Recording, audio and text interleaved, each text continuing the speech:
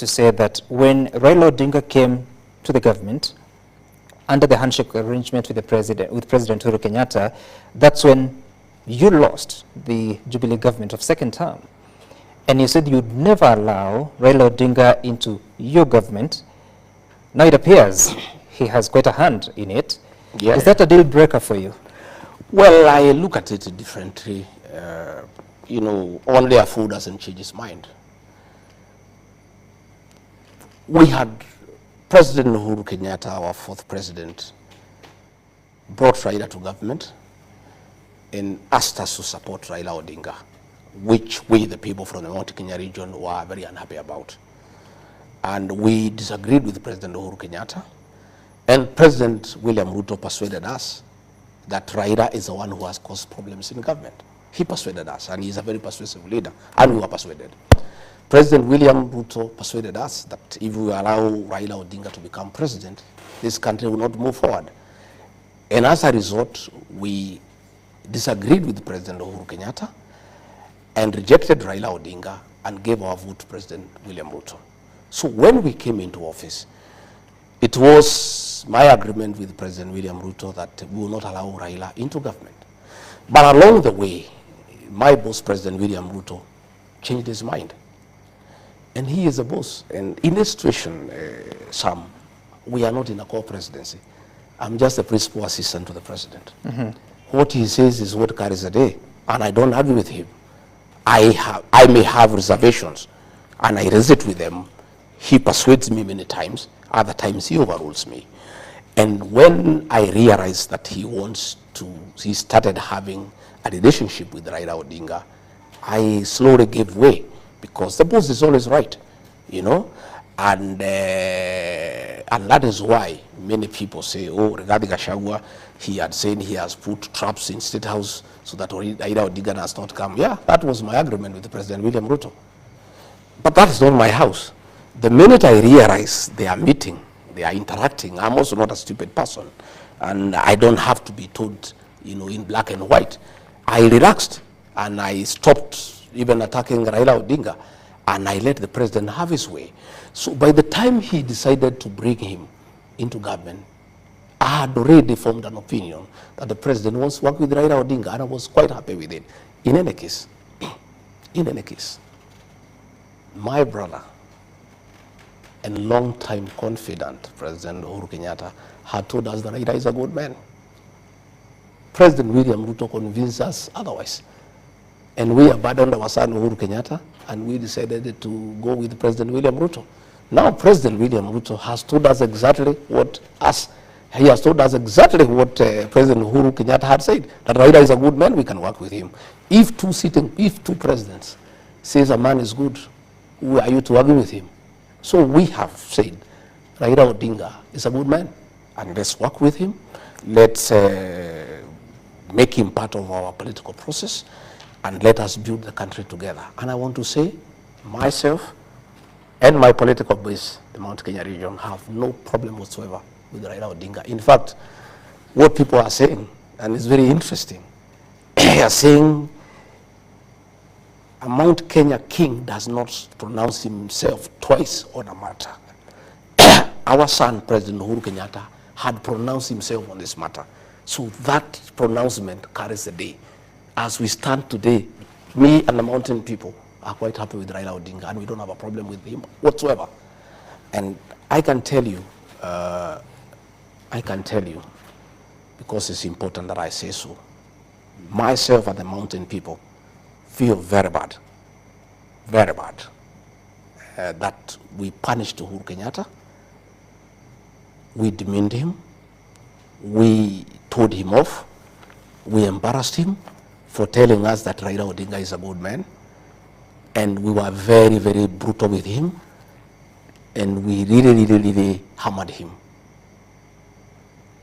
It has come to our knowledge that it was very unfair, because his crime was to tell us that Raila Odinga is a good man, and we decided that Raila Odinga is a bad man, William Ruto is a good man. Now that President William Ruto has said Raila is a good man, that is why I apologize to Uhuru Kenyatta and his family. And I owed him an apology on behalf of the community. Because what he had told us Is what the president has told us. We had no business fighting him. We had no business disrespecting him. We had no business humiliating him. Right. So myself and the community, you know, owe Uhuru Kenyatta an apology. And I give that apology on behalf of the community. Okay. You know, and we said, you know, we know, because that's what he had told us. And we were very unfair to him because, so, you know. Knowing what you know today, would you have made a different decision if you knew that in 2022? Well, you cannot talk backwards. You know, I can't say what we would have done or not done, but things keeps on changing. Yeah, but now we are saying everybody is good. You've said that once the king pronounces themselves, the pronouncement stands. Does that mean Uhuru Kenyatta is still the king of the mountain? Oh, yes, yes. You do know? Uhuru Kenyatta is the undisputed king of the mountain. And what is your relationship with him? Good. Brotherly. When did you do that? Oh, we talk. You know what happens with our community? We are a very interesting community. We don't fight. We fight very rarely, and when we do, when we realize we fought without a good reason, we patch up. So what was that? Oh, yeah, How many months ago? Which month? Which year? We've been, when we realized we made a mistake, I'm the one who made the first move of reaching out and apologizing, because really we were unfair to Uhuru Kenyatta. You know, we were very, very unfair. You know, sometime I really feel very bad that I was so brutal on a man who was my great friend, my confidant, my brother, my kinsman. I was so brutal on him. And his crime was only one, saying Raila is a good man. And then the man I said, we don't want Raila ODINGA, we want William Ruto. Then he comes and says the same thing. I felt very stupid, you know. In fact, another day, a very senior person abused me at the airport and called me stupid 5 times. And I looked at it, I was very bitter, but I looked at it later at night, and I thought probably he was right. I think I was stupid to fight my own brother, my kinsman, my confidant, for no good reason, for saying another person is a good man. I really regret what I did, and my community does regret, and we are very apologetic to the Kenyatta family. And what happens in my community is a saying that making a mistake is not bad, but repeating is unforgivable. And by the way, let me tell you some.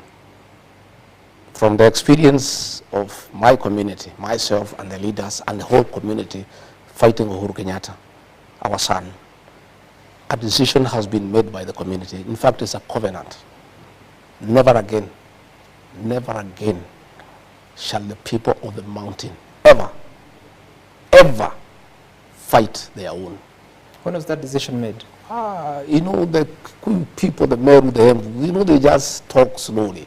That has been agreed on. And that's why you find when a few leaders are being told to fight regarding Gachagua, they are finding it very difficult, because a decision has already been made. When? That, like almost a year ago. By who? By the community. In what forum? Don't worry. There are millions. You don't know our people. There are millions of people. Our people don't talk in meetings. They have a way of communicating. That is how they drove the British out of this land, you know, by communicating silently. There is a covenant among the Mount Kenya people that they will never again, ever be confused by anybody, be used by anybody to fight their own leader. They will never do it. And I also want to tell you, for the avoidance of doubt, for those who are trying to divide the Kikuyu, the Meru, and Embu, it's an exercise in futility. Those 3 are one. And finally, they will be one. And, you know, we have seen these things happen during the Azimio campaign. You use a lot of money, you call meetings, you call MCAs, you call people in tents, you give them money, you persuade them, they take your money. Finally, they make a decision. And you see what they did in 2022. I can tell you, this attempt to divide the Kikuyu, the Embu, and the Meru is an exercise in futility. You can spend billions, you can spend money, you can have meetings, night meetings in hotels, in where, in what forums. Okay. But finally, the people of the mountain are one, and they will never be divided, and they will not agree. They have made mistakes before, they will not repeat them. Deputy President, on the 26th of June, 2024,